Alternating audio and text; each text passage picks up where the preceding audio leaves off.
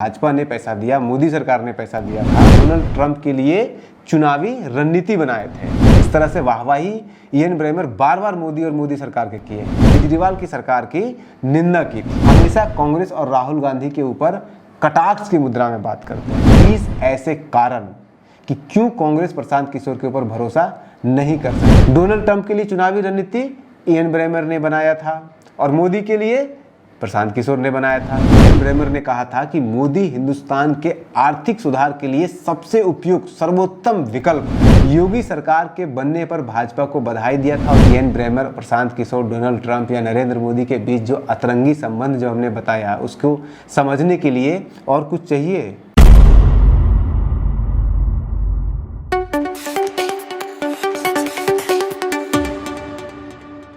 17 मई 2024 का प्रशांत किशोर का वह इंटरव्यू जिसमें उन्होंने दावा किया था कि भाजपा को लोकसभा चुनाव 2024 में कम से कम 3 सीट से तो ज़्यादा ही आएगी, वो खूब वायरल हुआ और उसकी खूब आलोचना भी की गई थी।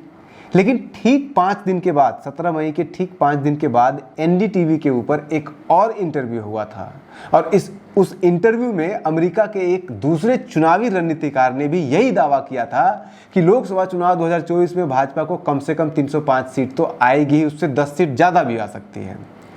प्रशांत किशोर का वो इंटरव्यू खूब वायरल हुआ था, लेकिन इस दूसरे अमेरिकी चुनावी रणनीतिकार के इंटरव्यू को किसी ने नोटिस बहुत ज़्यादा नहीं लिया था।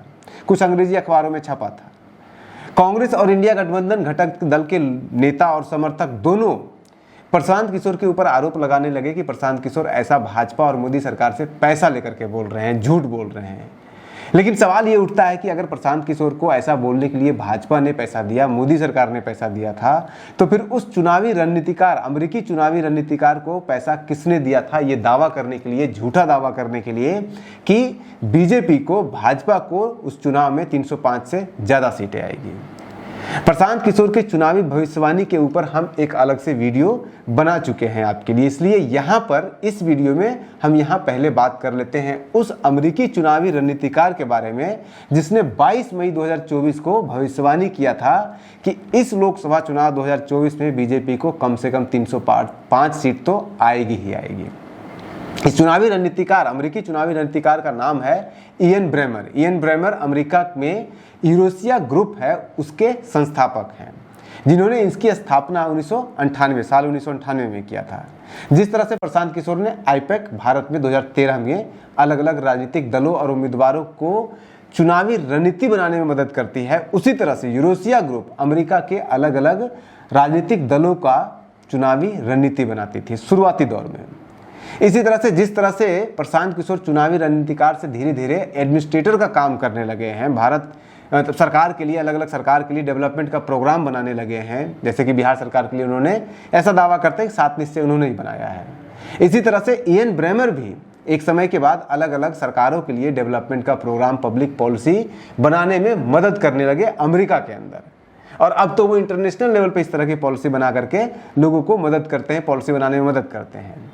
अब इसे क्या इत्तेफाक ही मानिएगा कि जिस तरह प्रशांत किशोर साल 2013-14 के दौरान भारत में दक्षिणपंथी भाजपा को लोकसभा चुनाव जिताने में मदद किए थे, उसका स्ट्रेटजी बनाए थे, चाय पर चर्चा से लेकर के हर हर मोदी, घर घर मोदी जैसे स्लोगन दिए थे कैंपेन के लिए, उसी तरह से इयन ब्रेमर साल 2016 में, 16-17 में, जब 17 में अमेरिका में चुनाव हो रहा था, तो अमेरिका के उभरते दक्षिणपंथी नेता डोनाल्ड ट्रंप के लिए चुनावी रणनीति बनाए थे। और ट्रंप के लिए जो सबसे फेमस उनका नारा था डोनाल्ड ट्रंप का, अमेरिका फर्स्ट अगेन, वो नारा भी इन्होंने ही दिया था, इयन ब्रेमर ने। दक्षिणपंथी डोनाल्ड ट्रंप हैं, इसमें आपको कोई शक नहीं होना चाहिए। दक्षिणपंथी नरेंद्र मोदी भी है, इसमें भी कोई शक नहीं होना चाहिए।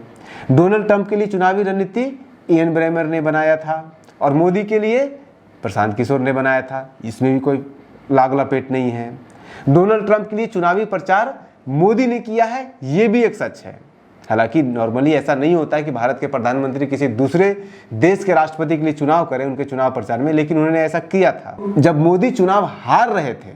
अब देखिए 2024 में हारने का मतलब कि जब उनकी सीटों की संख्या, पूर्ण बहुमत नहीं आ रहा था, हर तरफ से ये मामला उठ गया था और शायद बीजेपी को भी पता था, जब ऐसा हो रहा था कि वो पूर्ण बहुमत से दूर रह रहे थे, तब प्रशांत किशोर के साथ साथ इयन ब्रेमर ने भी मिलकर के झूठा चुनावी भविष्यवाणी किया और 5 दिन के अंदर किया कि भाजपा को लोकसभा चुनाव 2024 में 300 से ज़्यादा सीटें आएगी, उनसे ज़्यादा सीटें जीतेगी।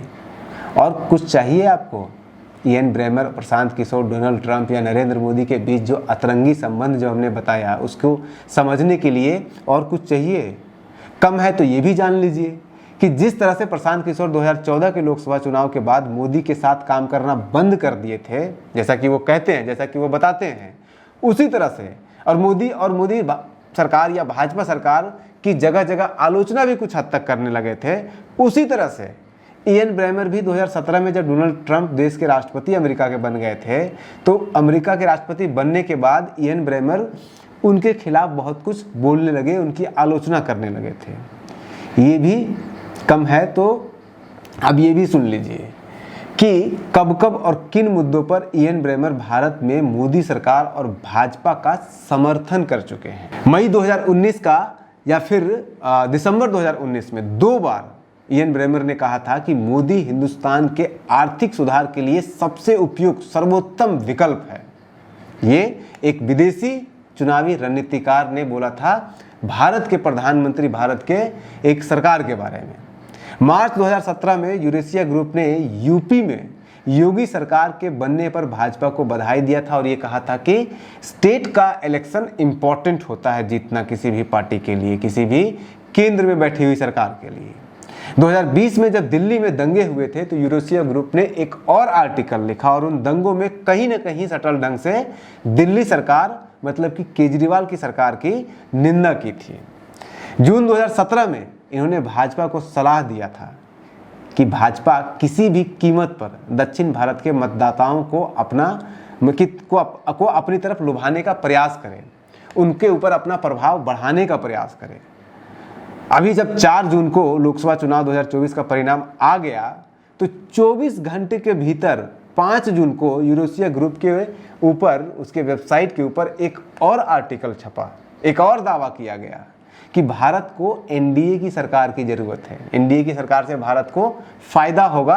यानी कहीं ना कहीं साफ ढंग से दिख रहा है कि यूरेशिया ग्रुप के लोग मोदी सरकार, भाजपा सरकार, एनडीए सरकार के पक्ष में बातें कर रहे हैं और आज से नहीं, बहुत लंबे समय से कर रहे हैं। और ये सब दावा जो मैंने आपको बताया है वो आज भी यूरेशिया ग्रुप के वेबसाइट पर जाकर के आप भी पढ़ सकते हैं। वो बात और है कि अगर प्रशांत किशोर की तरह इयन ब्रेमर भी, जैसे प्रशांत किशोर ने वीडियो प्रूफ मांगा, वैसे अगर इयन ब्रेमर भी वीडियो प्रूफ मांगने लगे कि हमने ऐसा नहीं बोला है, तो हमारे पास तो वो नहीं, आर्टिकल है जो उनके वेबसाइट पे ही है।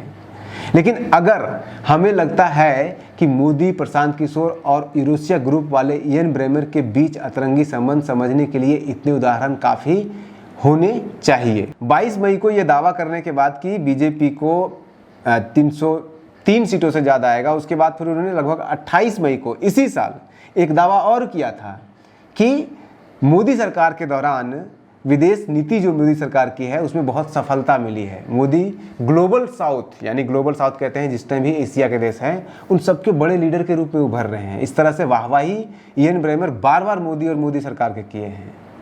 अब आइए भारत के इयन ब्रेमर के ऊपर प्रशांत किशोर, मतलब कहने का मतलब है प्रशांत किशोर के ऊपर। तो साल 2014 के लोकसभा चुनाव जीतने के बाद मोदी और भाजपा का साथ वो छोड़ चुके थे, जैसे इयन ब्रेमर ने छोड़ा। लेकिन अक्सर मोदी की कमियों और कांग्रेस की निंदा करते हुए आपको अक्सर नजर आ जाएंगे प्रशांत किशोर। प्रशांत किशोर मोदी और भाजपा के ऊपर भी बोलते हैं, लेकिन अंतर यह है कि प्रशांत किशोर कांग्रेस की निंदा करते हैं, कांग्रेस की कमियों को उजागर करते हैं, लेकिन भाजपा और मोदी की गलतियों को बताते हैं।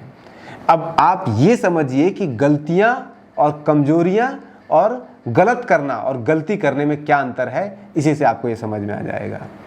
अब आप ही समझिए कि गलतियों को उजागर करना और विरोध करने में कितना अंतर होता है। लेकिन किसी भी नीति का निंदा करना, उसके बारे में गलत भविष्यवाणी करना, उनके काम करने के तरीके में खुलेआम खोट निकालना, उसका विरोध करना विरोधी होता है। और इसके कई उदाहरण आपको मिल जाएंगे प्रशांत किशोर के। लेकिन उसके लिए आपको एक दूसरा वीडियो का हमारा इंतजार करना पड़ेगा, जिसमें हम आपको बताएंगे 20 ऐसे कारण कि क्यों कांग्रेस प्रशांत किशोर के ऊपर भरोसा नहीं कर सकती है, और इसीलिए प्रशांत किशोर के ऊपर कांग्रेस भरोसा भी नहीं करती है। फिलहाल सिर्फ आप इतना जान लीजिए कि अगर आप प्रशांत किशोर के इतिहास को सही से खंगालिएगा तो आपको पता चलेगा कि वो जब भी भाजपा के खिलाफ कुछ ना कुछ बयान देते हैं तो वो बहुत ही भाजपा के प्रति, मोदी के प्रति सॉफ्ट होते हैं, और जब वो आईएनसी कांग्रेस के खिलाफ कोई कमेंट करते हैं तो बहुत हार्श होते हैं। प्रशांत किशोर हमेशा कांग्रेस और राहुल गांधी के ऊपर कटाक्ष की मुद्रा में बात करते हैं, और ये सब आपको उनके इंटरव्यू में नोटिस करने पे मिल जाएगा। और फिर भी नहीं मिल रहा है तो हमारे अगले वीडियो का इंतजार कीजिए, जिसमें हम आपको 20 कारण देंगे क्यों प्रशांत किशोर के ऊपर कांग्रेस भरोसा नहीं करती, उन्हें अपना काम नहीं देती है।